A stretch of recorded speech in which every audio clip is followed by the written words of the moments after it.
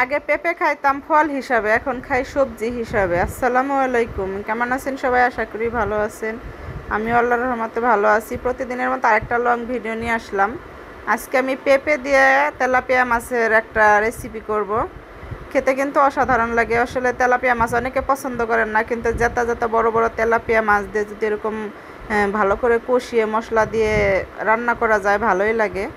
যাই হোক, অর্ধেকটা পেঁপে সেদিনকে আমি রান্না করছিলাম মাংস মুরগির দিয়ে, আর আজকে অর্ধেকটা পেঁপে রয়েছে। এটা গতকালকের ভিডিও, গতকালকে আমি ভিডিওটা ছাড়তে পারিনি। তাই মাছগুলা দিছি আমি, কড়াইটা ভালো করে গরম করিনি, মনে হয় একটু লেগে গেছে ভাবে বোঝা যাইতেছে। তারপর আমি একটু অপেক্ষা করে আস্তে আস্তে মাছগুলো সুন্দর করে উঠিয়ে নিব। হ্যাঁ, কেননা ভাঙতে দিলে তো আর হবে না, আমি তো মাছ রান্না করব।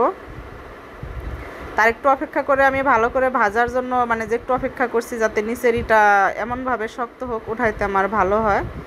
আর যখন নাকি এরকম মাছ উঠতে চাবে না, যদি বেশি সমস্যা হয় তাহলে কড়াইটা নামিয়ে নিলে হয়, পরে কিন্তু মাছটা ছেড়ে দেয়।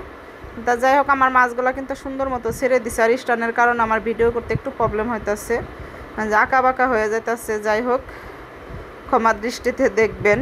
আর এইখানে তো বাটা মশলা, এখানে ধনিয়া জিরা বাটা রয়েছে আর আদা রসুন বাটা রয়েছে, সেখান থেকে একটু বাটা মশলা দিয়ে দিলাম। আর ওই তেলের ভিতরেই কিন্তু আমি পেঁয়াজ কুচি দিয়ে দিছিলাম, আর তেল অ্যাড করব না। এখানে স্বাদ মতো লবণ দিয়ে আর ওই মশলাটা দিয়ে আমি একটু পানি দিয়ে দিলাম। এখন আমি গুঁড়া মশলাগুলো দিয়ে দিব। আর পেঁপে বিশেষ করে আগে আমরা ওই যে বললাম ফল হিসাবে কেন খাইতাম, আগে গাছে ধরতো, একটু আধা পাকা হলে ওটা পেরে কাঁচা খেয়ে নিতাম, আবার পাকলে সেটাও এমনি ফল হিসাবে খেয়ে নিতাম। তরকারি তেমন খাওয়া হতো না, কেননা ছোটোবেলা থেকে তরকারি, পেঁপের তরকারি না এরকম খাওয়া হতো না। ঢাকা শহরে এসে বুঝছি না, পেঁপেও সবজি হিসাবে খাওয়া যায়। পেঁপেও বাজারে 60 টাকা 80 টাকা পর্যন্ত বিক্রি হয় এই পেঁপে, কাঁচা পেঁপে তরকারি খাওয়ার জন্য। যাই হোক, পেঁপে কিন্তু স্বাস্থ্যের জন্য অনেক ভালো। তো এই জন্যই মনে হয় সেই সুযোগটা লোকেরা নিয়ে দাম বাড়িয়ে দিচ্ছে, কিছু করার নেই। এখন মনে হয় একটু দাম কম আগের তুলনায়। আবার এই যে বর্ষা আসছে, এখন কি অবস্থা আমি জানি না, মানে মাঝখানে দেখছি একটু দাম কম ছিল। এই তো আমি কিন্তু মশলাগুলো সুন্দর করে কষিয়ে নিলাম। আর এদিকে পেঁপেগুলো আমি একটু হালকা ভাপ দিয়ে পানি ফেলে নিছি। অনেকে বলতে পারেন যে পেঁপের তো ভিটামিনটাই চলে গেল ভাপ দিয়ে পানি ফেললে। আসলে কিছু কিছু সবজি ভাপ দিয়ে যদি রান্না করা হয়, খেতে কিন্তু অসাধারণ লাগে। যেমন মূলা, পেঁপে, এই সমস্ত সবজিগুলো একটু হালকা ভাপ না দিলে কিন্তু তরকারি হিসেবে ভালো লাগে না। হ্যাঁ, যাই হোক, আবার তারপরে চাল কুমড়াও আছে এর সাথে। চাল কুমড়াও আমি ভাপ দিয়ে পানি ফেলে নেই। একটু কাঁচা ঝালও দিয়ে দিলাম বেশি করে, কেননা সবাই জানেন আমরা একটু ঝাল বেশি খাই। আর মরিচটা এখন একটু দাম বেশি, তারপরেও কিছু করার নেই।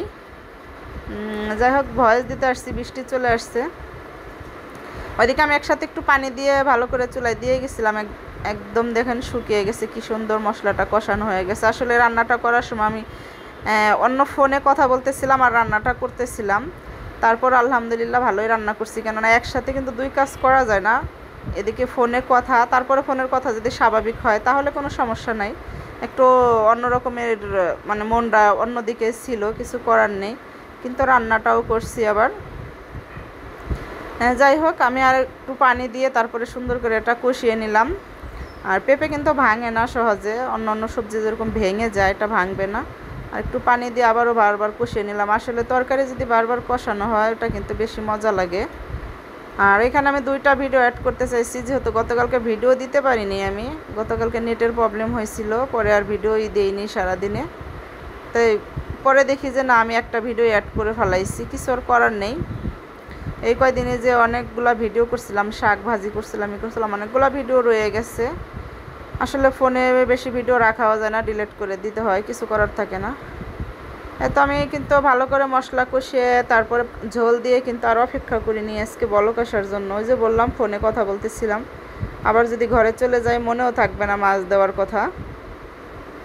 তাই ঝোল দেওয়ার সঙ্গে সঙ্গে আমি এটার ভিতরে মাছগুলা দিয়ে তারপরে ঘরে চলে গেছিলাম। এই তো আবার এসে কিছুক্ষণ পরে এসে লাড়াচাড়া দিতেছি। আসলে বলক আসার পরে মাছটা দিলে বেশি ভালো হয়। যাই হোক, প্রত্যেকবার করি, হঠাৎ এক আধবার করলে তো আর সমস্যা নাই, ওই একই হইল। তো পেঁপেগুলো কিন্তু সুন্দর সেদ্ধ হয়ে গেছে, দেখতেই পারছেন। আর আমি কিন্তু এত ঝোল রাখবো না, কেননা যে কোনো তরকারি রান্না করতে গেলে আমার হাজব্যান্ডের কারণে ঝোল রাখতে পারি না। আমার একটু পাতলা পাতলা ঝোল খেতে ইচ্ছা করে মাঝে মধ্যে, ওর জন্য আমি পারি না। ও আবার যে কোনো জিনিস একটু ভোনা ছাড়া একদমই খেতে পারে না।